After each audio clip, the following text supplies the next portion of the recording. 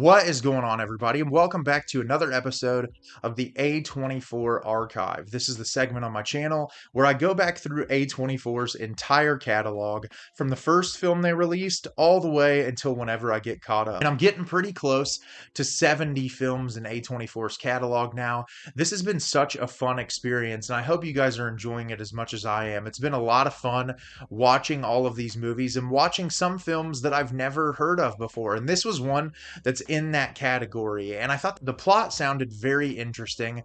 I was a little bit hesitant when the credits came up at the beginning and I saw DirecTV at the beginning, because a lot of times when A24 was partnering with DirecTV to do productions, you get some lackluster to lower tier quality films. But because of the talent involved in this movie, I was really hoping it would be something special. And the movie I'm going to be discussing with you today is Woman Walks Ahead. Woman Walks Ahead is directed by Susanna White. Based on a true story, this riveting Western follows a headstrong New York widow as she journeys west to meet Sioux Chief Sitting Bull, facing off with an army officer intent on war with Native Americans. So, as I said, I was really looking forward to watching this movie. I thought it sounded really interesting, and this movie is very mediocre. It's run-of-the-mill. It doesn't really do anything all that new or interesting, and then further reading into it after the movie was over, I found that a lot of the things in the true story and what actually happened to Sitting Bull that occur in the third act of this movie were completely and totally changed. And I find that very strange because it kind of paints him in a totally different light. And I'm unsure as to why they went that direction with the movie in comparison to just telling the story the way that it is. But I'll talk about that when I break the movie down as a whole. At the beginning of the movie, we are introduced to Catherine Weldon, played by Jessica Chastain, who is a painter, and she's painted some famous politicians, and I believe her husband recently passed away, and so she's living on her own, and she wants to paint Chief Sitting Bull, and she feels like there's not enough paintings of Native Americans, and she really wants to go meet him because she believes that he deserves respect. And so she takes this very long trip out to meet him, and while she's there, she's confronted by a couple of different soldiers, one in particular played by Sam Rockwell. There's a few different people that show up that tell her she shouldn't come here, she shouldn't mingle with this tribe, there's no reason for her to go do this, and she's like very headstrong, and she says, I'm here to do this. Well, eventually someone takes her to meet Sitting Bull, played by Greyeyes, and they start spending some time together and learning bits and pieces about each other's lives. And the entirety of the film is Catherine's character trying to paint this picture of Sitting Bull while she also watches this tribe that he's living with experience this oppression from these white people and trying to pass these laws that would essentially starve these people. And so we see her watching these things unfold right before her eyes. So as I said, I really was excited to watch this movie because of the subject matter, but I found it to be relatively mediocre. I will say the performances here, especially Greyeyes, who plays Sitting Bull, phenomenal. Absolutely exceptional. I feel like their chemistry is really great.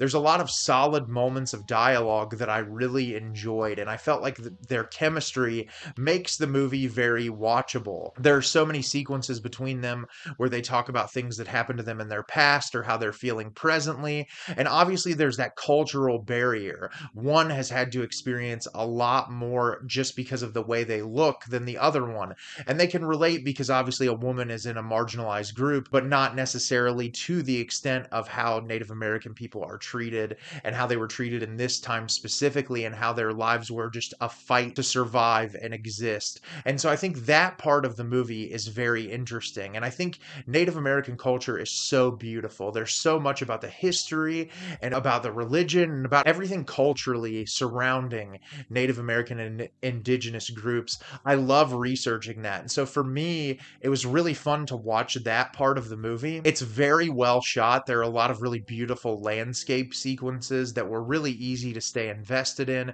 You could tell the cinematographer paid really close attention to detail to make this movie feel alive and vibrant. different. And that's something that I really appreciate. But the problem I have with this movie is I've seen this type of movie over and over again. And it's not necessarily a white savior complex movie, but it also sort of feels like it is. It's really difficult to explain because it's not necessarily like Catherine's character is like that all encompassing force that's going to stop everything, but something about her presence in each and every scene and the way people approach her, it feels a little white saviory. And I feel like you'll understand what I mean when you watch the movie.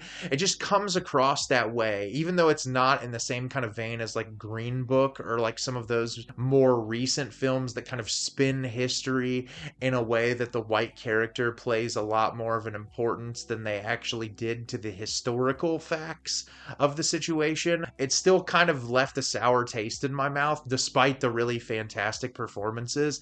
And as I said at the beginning of the movie, like the third act completely and totally changes the landscape of the history, and it makes Sitting Bull look a lot different than he actually was. It makes him come across as a lot more passive when his entire life he was a fighter. He had to fight from a very young age all through his life to just exist and for his people to live the life that they wanted to live. And I think there's something very strange about changing that history and changing who he was, because it just gives people the wrong impression. And all you have to do is open a history book or read to see how things actually went down. And so that made me kind of bitter about the movie. But despite all of those inaccuracies, it's just relatively formulaic, especially the experiences that Catherine goes through throughout the movie.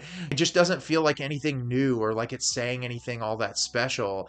And it's not bad by any means. It's very watchable. I feel like it's shot pretty well, but I wouldn't see myself revisiting this because I'm not pulling anything authentic out of it other than a really phenomenal performance from Michael Greyeyes. You're not getting anything out of this that's really historically accurate because of how much was changed from the actual situation. So if you do watch this movie, I would just go into it with the mindset that what you're seeing isn't actually reality. I realize sometimes when historical films are made, things can be changed to like prove a point, but I don't think this is proving any kind of point. I just think that it's a change for the worse. So have you seen Woman Walks Ahead? Did you love it? Did you hate it? Leave me a comment down below and let me know what you thought. I thought this movie was very mediocre, and obviously what I said about the changes in history, I wasn't a huge fan of that. But aside from that, this movie doesn't really do anything new or interesting. As always, if you can like the video and subscribe to the channel, helps me out a lot and lets me know the type of content you're looking for. I'm always putting out new material and look forward to getting more out for you in the near future. And as always, everyone, thank you so much for watching and have a great rest of your day.